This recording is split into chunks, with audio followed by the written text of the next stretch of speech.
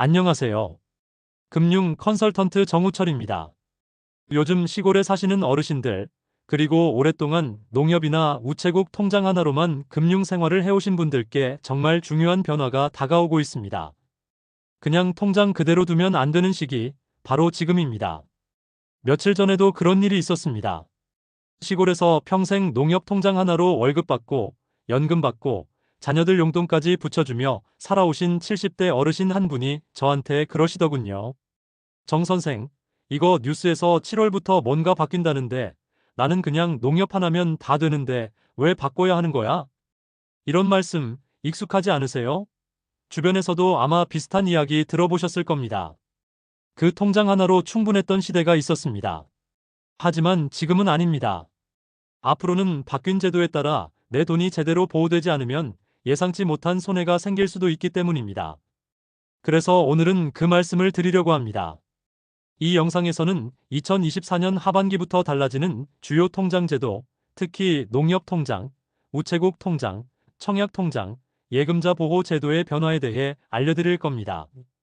특히 청약 통장 전환, 예금자 보호 한도 변경, 우체국 예금의 특징, 그리고 새로 생기는 은행 대리업 제도까지 꼭 알고 계셔야 할 내용을 차근차근 알려드리겠습니다. 어르신들께서 많이들 궁금해하시는 부분들이 있죠. 나는 통장 여러 개 없고 그냥 농협 하나만 써요. 우체국 예금은 안전하다던데 뭔 차이가 있는 거예요? 청약 통장은 옛날에 만들어 놓고 손도 안 댔는데 괜찮은 건가요? 이런 질문들, 이제는 정확히 알고 계셔야 합니다. 왜냐고요? 이번 변화는 그냥 상품 하나 바뀌는 정도가 아닙니다. 예금자 보호제도의 핵심 구조가 바뀌고 은행 영업점이 줄어드는 현실 속에서 새로운 금융제도가 등장하는 등 생활에 직접적인 영향을 주는 변화들이기 때문입니다. 예를 들어 예전에는 예금자 보호가 5천만 원까지만 됐습니다. 그런데 이제 9월 1일부터는 이 한도가 1억 원으로 바뀝니다. 얼핏 보면 좋은 소식 같죠? 하지만 이자까지 포함한 금액 기준이기 때문에 정확히 이해하지 않으면 실수할 수도 있습니다. 또 청약 통장도 그렇습니다. 예전에 만들었던 청약저축, 청약예금, 청약부금, 그냥 갖고만 있으면 좋은 줄 알았던 분들 많으실 겁니다. 그런데 이 통장들, 예금자 보호가 안 됩니다. 왜 그럴까요? 은행 돈이 아니라 정부 기금이기 때문입니다. 이런 부분을 모르고 방치하면 나중에 큰 불이익이 생길 수도 있습니다. 그리고 또 하나, 요즘 은행 지점 점점 사라지고 있는 거 느끼셨죠? 시골 지역에선 버스 타고 몇 정거장 가야만 은행 하나 나오는 경우가 많습니다. 이런 상황에서 정부는 은행 대리업 제도라는 걸 7월부터 새롭게 시행합니다. 이제는 우체국이나 농협에서도 여러 은행 업무를 함께 처리할 수 있게 된다는 말이죠. 이런 정보들 뉴스 기사에 한 줄 정도 나오고 끝납니다. 하지만 실제로는 내 돈을 지키는데 직접적인 영향을 주는 내용들입니다. 그래서 오늘 제가 이 이야기를 드리는 겁니다. 어렵지 않게 누구나 이해할 수 있도록 풀어드릴 테니 지금부터 꼭 집중해서 들어보시고 우리 가족과 주변 분들에게도 알려주시면 좋겠습니다. 앞으로 말씀드릴 내용은 순서대로 다음과 같이 구성되어 있습니다. 먼저 청약 통장은 왜 그냥 두면 안 되는지, 그리고 어떤 경우에 전환하는 게 유리한지부터 알려드릴 겁니다. 그 다음 예금자 보호 제도는 어떤 상품에 적용되고 어떤 상품은 제외되는지, 그리고 1억 원 보호가 적용되는 방식과 주의점까지 상세히 설명드릴 겁니다. 또한 많은 분들이 궁금해하시는 우체국 예금의 보장 구조, 정부가 직접 보장해주는 방식에 대해 이야기해드릴 거고요. 마지막으로는 농협과 새마을금고는 어떤 방식으로 보호가 되는지, 그리고 은행 없이도 여러 금융 업무를 한 번에 볼 수 있는 은행 대리업 제도에 대해 실제 예를 들어 알려드리겠습니다. 이번 영상은 단순히 정보를 전달하는 게 아닙니다. 어르신들께서 내가 어디에 돈을 넣어야 가장 안전할까? 청약 통장은 어떻게 해야 할까?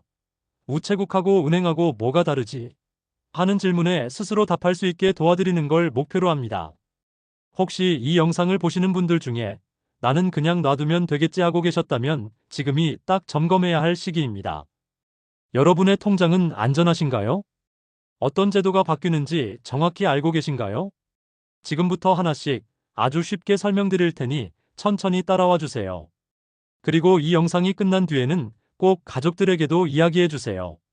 자녀분들이나 주변 지인들께서도 정확히 알고 있어야 합니다. 그럼 지금부터 본격적으로 시작해 보겠습니다. 혹시 집에 청약 통장 하나쯤 묵혀두고 계신가요? 예전에는 은행 창고 직원이 권해서 하나쯤 만들어 두신 분들 참 많으시죠?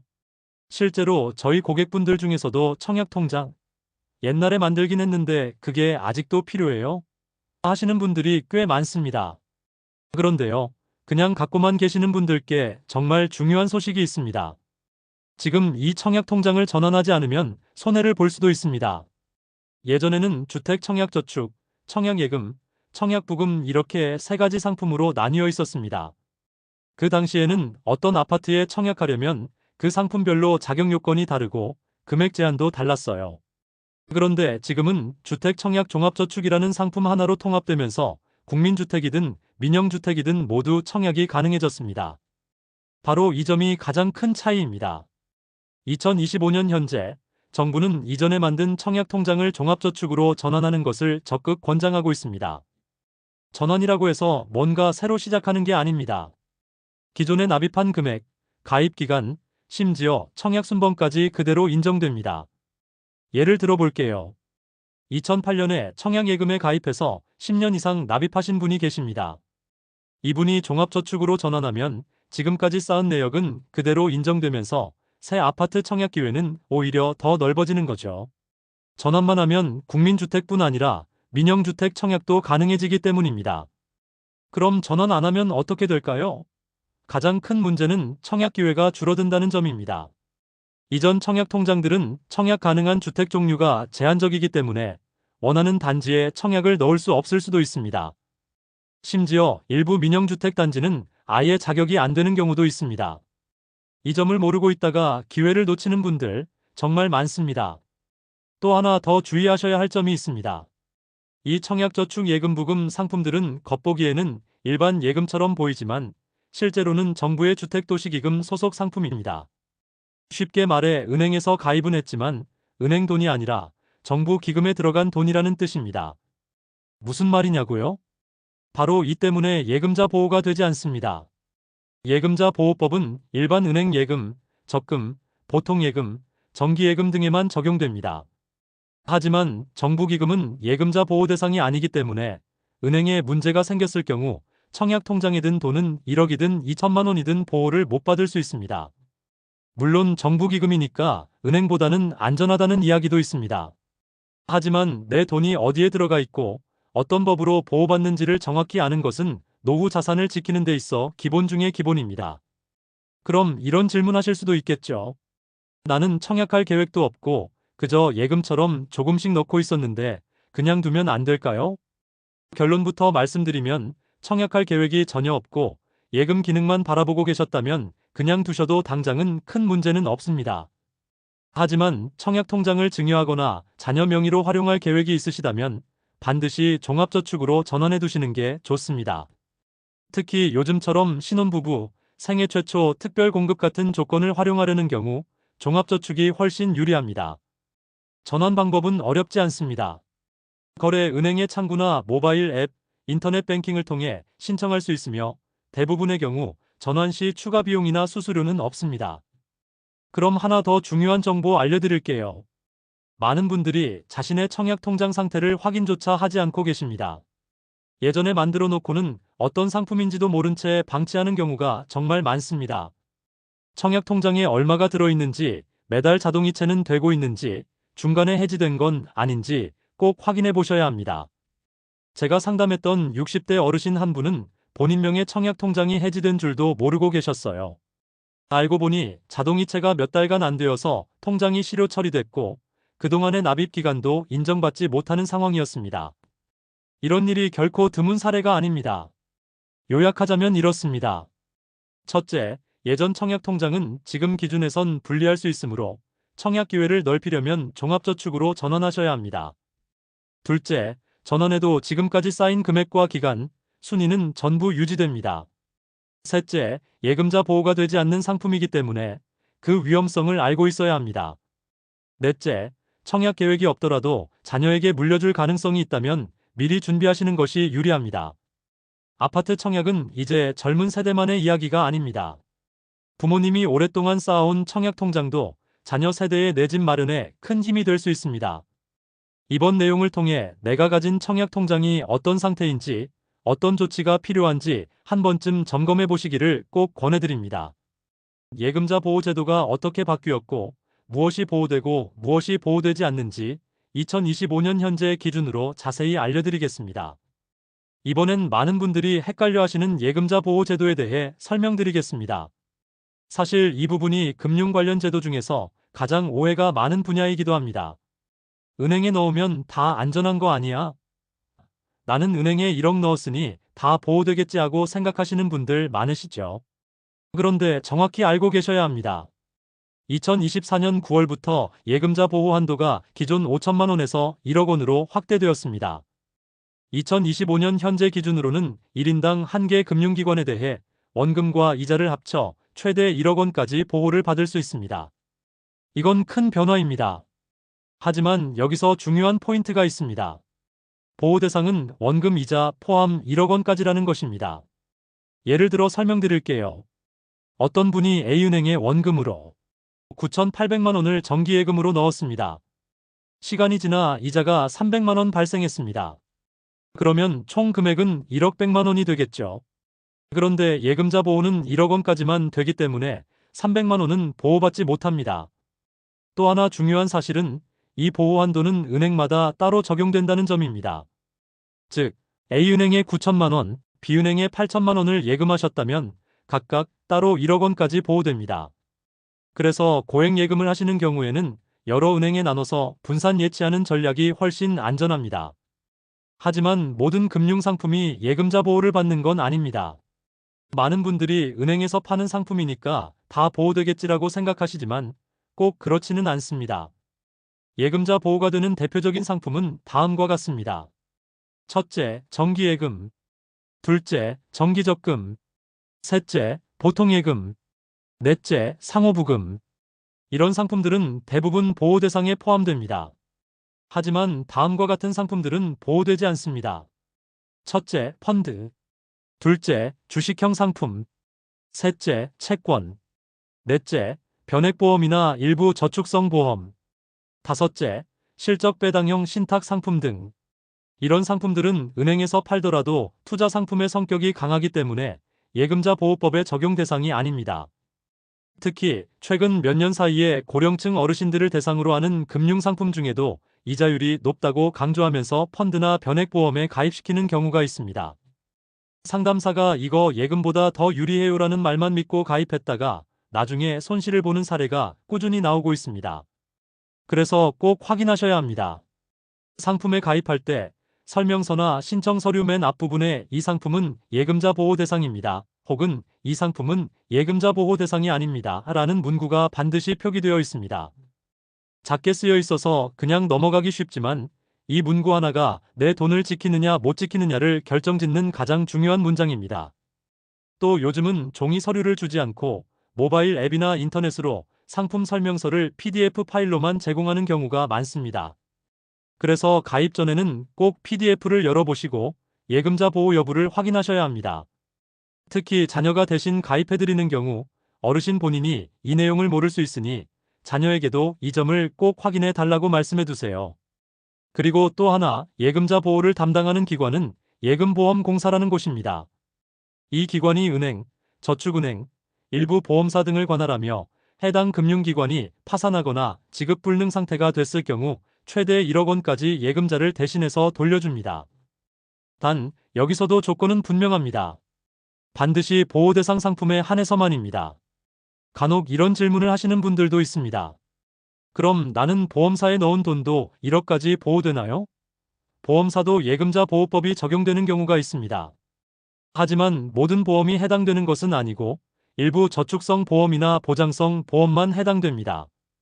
게다가 보험사는 예금보험공사 외에 보험보장기금이라는 별도의 보호체계가 있는 경우도 있으니 가입 당시 반드시 확인하셔야 합니다.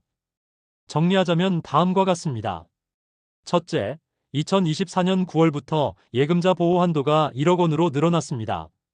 둘째, 이자 포함 1억 원까지이며 초과분은 보호받지 못할 수 있습니다. 셋째, 은행별로 따로 적용되므로 고액 자산은 분산 예치하는 것이 안전합니다. 넷째, 모든 금융상품이 보호 대상은 아니며 펀드나 변액보험 등은 제외됩니다.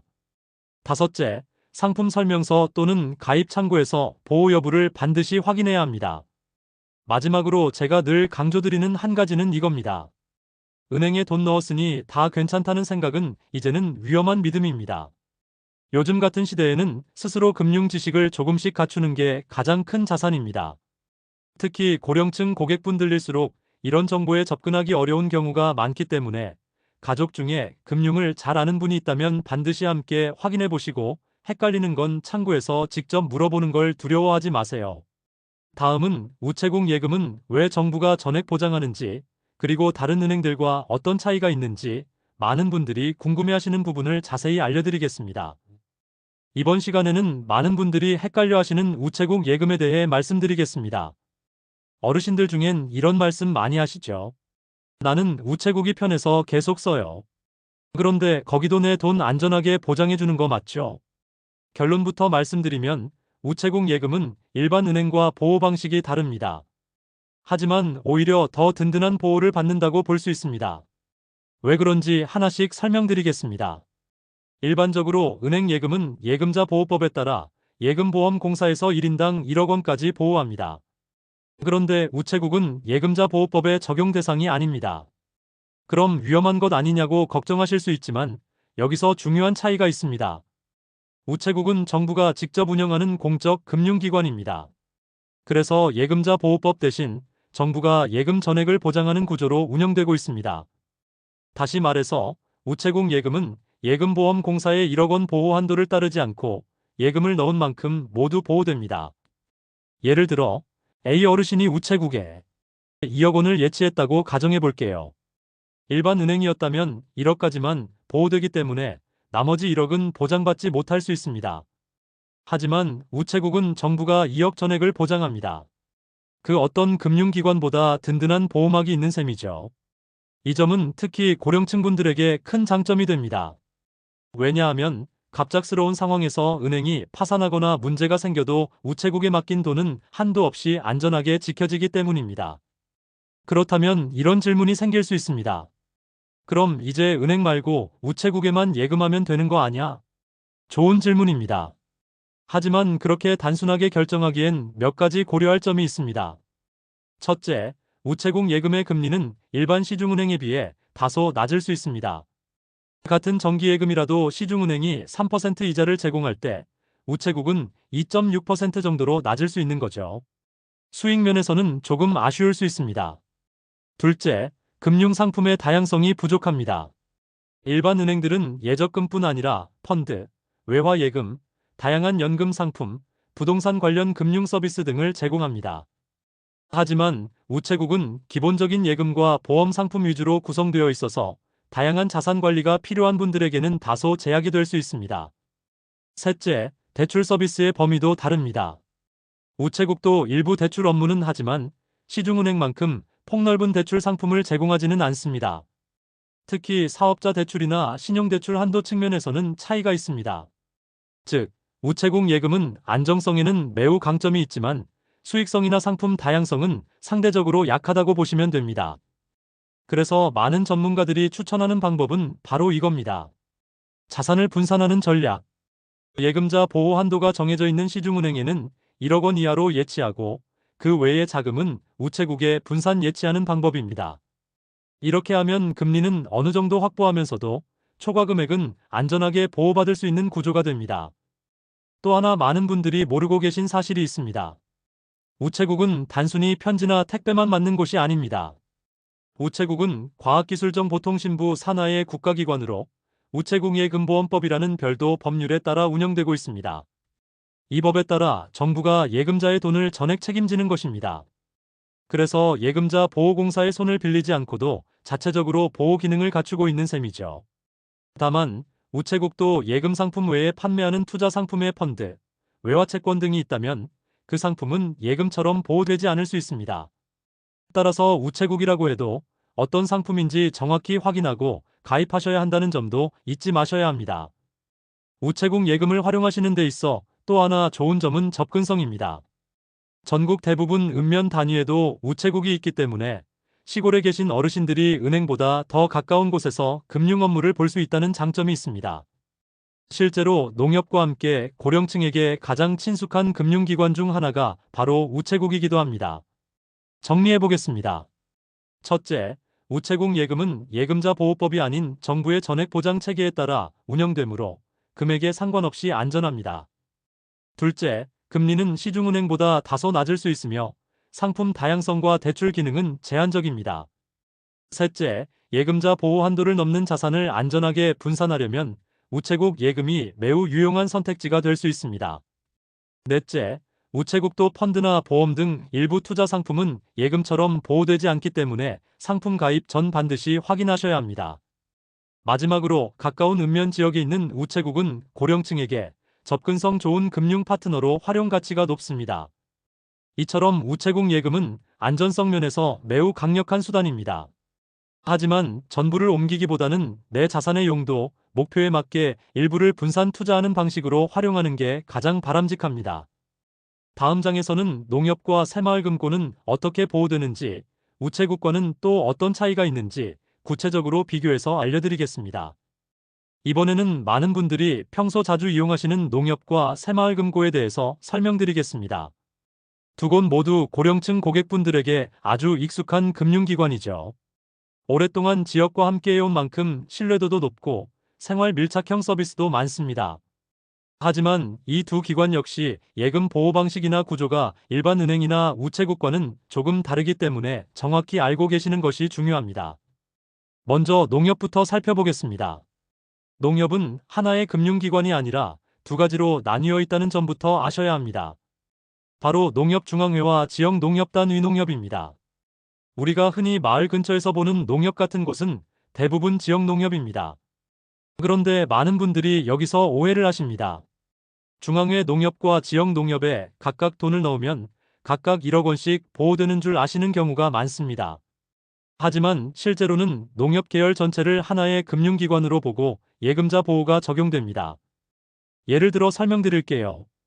A 어르신이 지역농협에 7천만 원, 농협중앙회에 6천만 원을 예치했다고 가정해 보겠습니다. 총액은 1억 3천만 원이지만 보호되는 한도는 1억 원까지만입니다. 다시 말해 농협이라는 이름을 가진 계열 전체의 예금 합산 금액이 기준이 됩니다. 이 점을 모르고 여러 농협 계열에 분산했다가 실제 사고 발생 시 일부 금액을 보호받지 못할 수 있으니 반드시 유의하셔야 합니다. 그리고 농협이 예금자 보호는 다른 일반 시중은행과 마찬가지로 예금보험공사에서 담당합니다. 정기예금, 적금, 보통예금 등 기본 상품은 모두 예금자 보호 대상입니다. 하지만 앞서 설명드린 대로 펀드나 실적 배당형 상품 등은 보호 대상이 아니기 때문에 가입 전에 상품 설명서를 꼼꼼히 읽어보셔야 합니다. 다음은 새마을금고입니다. 새마을금고는 농협이나 은행과는 조금 다른 구조를 갖고 있습니다. 새마을금고는 금고법에 따라 운영되는 협동조합 금융기관입니다. 그래서 일반 은행과 달리 예금자 보호법이 아니라 중앙회 공제회라는 자체적인 보호기구를 통해 예금을 보호받습니다. 보호 한도는 1인당 5천만 원까지입니다. 시중은행이나 농협에 비하면 절반 수준이지만 그래도 일정 금액까지는 안정적으로 보호받을 수 있는 장치가 마련되어 있는 셈입니다. 하지만 여기서도 주의할 점이 있습니다. 새마을금고는 지점마다 운영이 독립적이라는 점입니다. 쉽게 말해 금고마다 경영 상태가 다르고 건전성에도 차이가 있을 수 있다는 이야기입니다. 예를 들어 같은 지역에 새마을금고 두 곳이 있다면 A금고는 안정적인 반면 B금고는 적자 운영으로 위험할 수도 있는 겁니다. 그래서 새마을금고에 예치하기 전에는 해당 금고의 재무 상태나 중앙회의 평가 등급 등을 반드시 확인하시는 것이 중요합니다. 또한 새마을금고의 보호 방식은 정부가 직접 보장하는 우체국과는 다릅니다. 앞서 말씀드린 우체국은 금액 제한 없이 전액을 정부가 보장하지만 새마을금고는 자체 공제회에서 보호하고 있어 정부의 직접 개입은 없는 구조입니다. 그리고 많은 분들이 착각하시는 부분 중 하나가 바로 금고이니까 다 안전하겠지라는 생각입니다. 하지만 새마을금고는 일반 은행보다 금융감독의 강도가 느슨한 편이라서 최근 몇 년간 폐쇄되거나 영업정지를 당한 금고들도 실제로 존재합니다.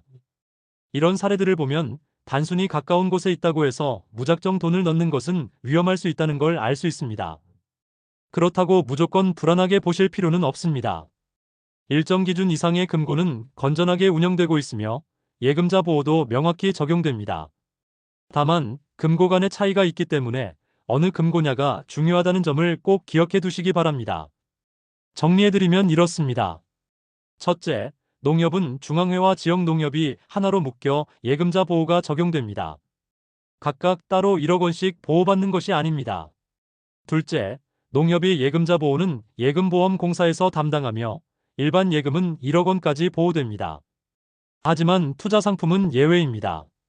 셋째, 새마을금고는 1인당 5천만 원까지 자체 공제회에서 보호하며 정부가 직접 보장하는 구조는 아닙니다. 넷째, 새마을금고는 지점마다 재무 건전성의 차이가 있으므로 예치 전 반드시 확인이 필요합니다.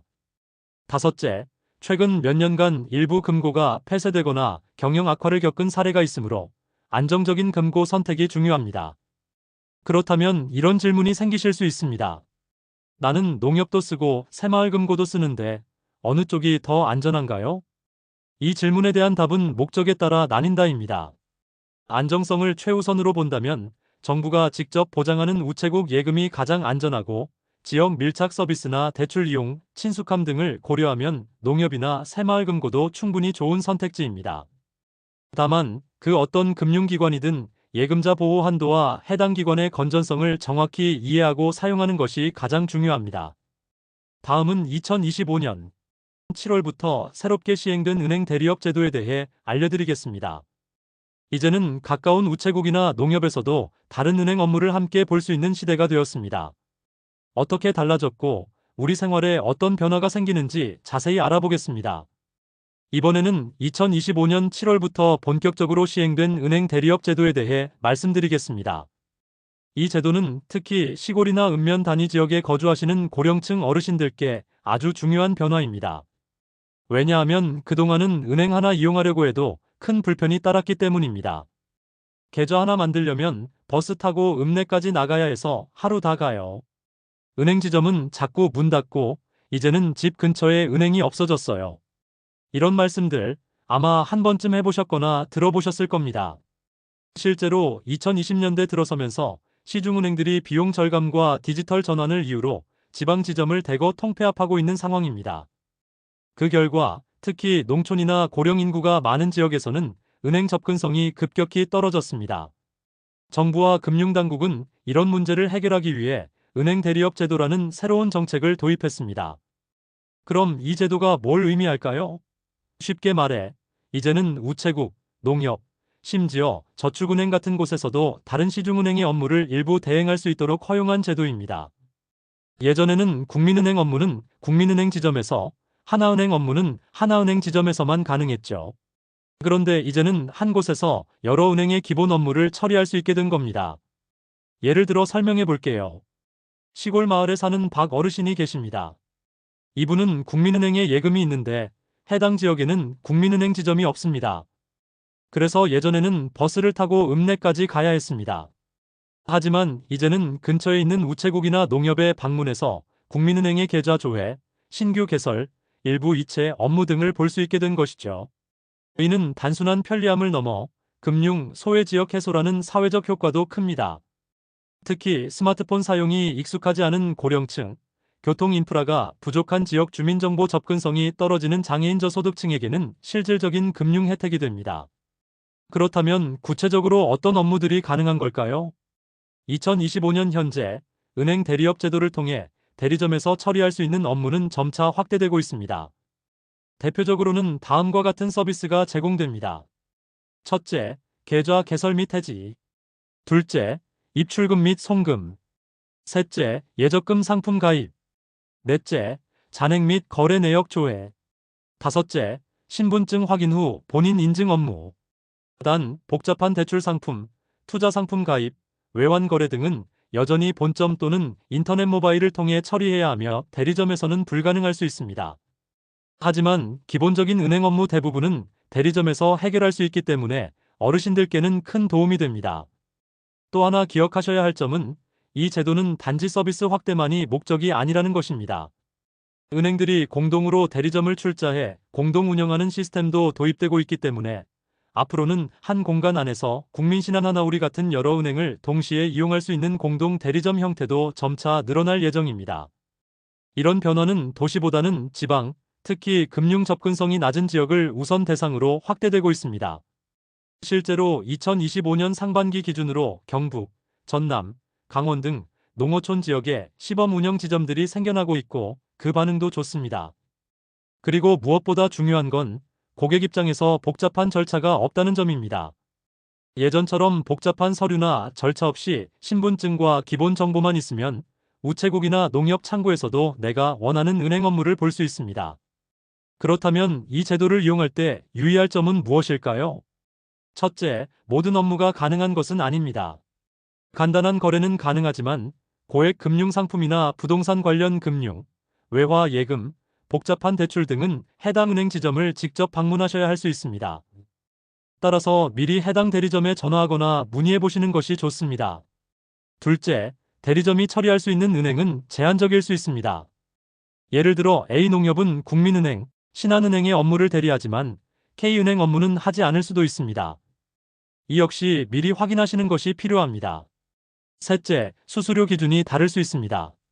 일반 지점과 대리점에서 제공하는 서비스 간의 수수료나 이체 조건 등이 달라질 수 있으므로 이 부분도 상담 시 확인해 보시는 것이 좋습니다. 넷째, 본인 인증이 매우 중요합니다. 대리점에서는 대리인을 통한 업무가 제한되며 반드시 신분증 지참 후 본인이 직접 방문해야 합니다. 마지막으로 정보 보호에 대한 걱정을 하시는 분들도 계실 수 있습니다. 이 제도는 금융당국의 관리 하에 보안이 철저히 유지되는 시스템에서 운영되며 대리점에서도 각 은행의 전산망을 통해 안전하게 업무가 처리되기 때문에 걱정하지 않으셔도 됩니다. 정리해드리면 다음과 같습니다. 첫째, 2025년부터 은행 대리업 제도가 본격 시행되면서 가까운 우체국 농협저축은행에서도 다양한 은행 업무를 볼 수 있게 되었습니다.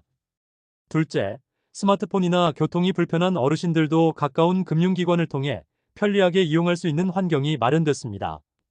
셋째, 기본적인 업무는 대부분 가능하지만 고난도 상품은 해당 은행 지점에서 처리해야 하며 이용 전 확인이 필요합니다. 넷째, 공동 대리점 형태로 여러 은행의 서비스를 한 곳에서 처리할 수 있는 체계도 확산되고 있습니다. 이처럼 금융 환경은 빠르게 바뀌고 있습니다. 어르신들께서도 나는 어렵고 귀찮아 하시기보다는 조금만 관심을 가지시면 더 안전하고 편리한 금융 생활을 하실 수 있습니다. 지금까지 농협, 우체국, 새마을금고, 청약통장, 예금자 보호제도, 그리고 오늘 말씀드린 은행 대리업 제도까지 모두 살펴보았습니다. 이번 영상이 여러분의 소중한 자산을 안전하게 지키는데 도움이 되었다면 구독과 좋아요 꼭 부탁드립니다. 앞으로도 더 정확하고 쉬운 정보로 찾아뵙겠습니다.